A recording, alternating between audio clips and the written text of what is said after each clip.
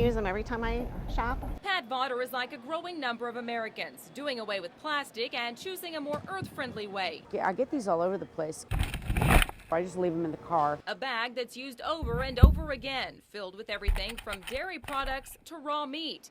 We called researchers at the University of Tulsa to help us put reusable bags to the test and found 3 shoppers willing to help us out. Have you ever thought about how dirty that bag may be? Not usually. I just wad them back up and throw them in my trunk every time I'm done using them.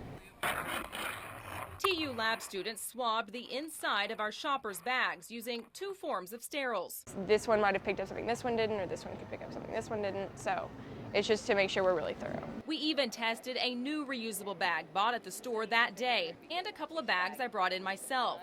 The swabs were then rubbed on an agar plate, which is like food for bacteria, and taken back to the lab at TU. I hope I'm not too embarrassed since I don't wash them. The plates have been in this incubator for 3 days now, allowing any bacteria or fungus to grow. We're going to get the plates out now and see what's on them. Our lab students reviewed each plate. Yeah, it looks like it's starting to form. That is a huge fungus. Just look at the circles that one's got in it. Then we took the plates and results back to our shoppers. I feel like I'm in biology class again. I let Lori and Pat study the plates for a while, then gave them their results. Lori, you did have bacteria and yeast on your bag. Okay. What do you think?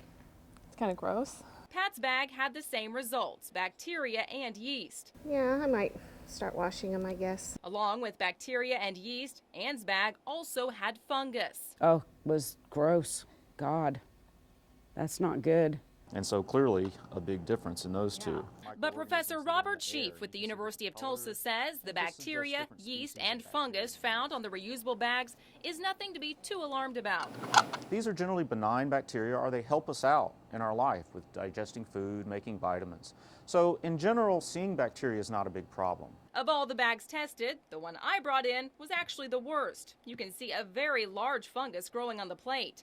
And how about the new bag we purchased at the store? Interestingly enough, the new bag has a little bit of fungus on it too. However, our lab students assured us this is not too surprising, since we bought the bag inside a grocery store where microorganisms are constantly in the air. We were pretty surprised. We expected to find generally more organisms on the bags, and it suggests that it's really not a very hospitable environment for them to grow.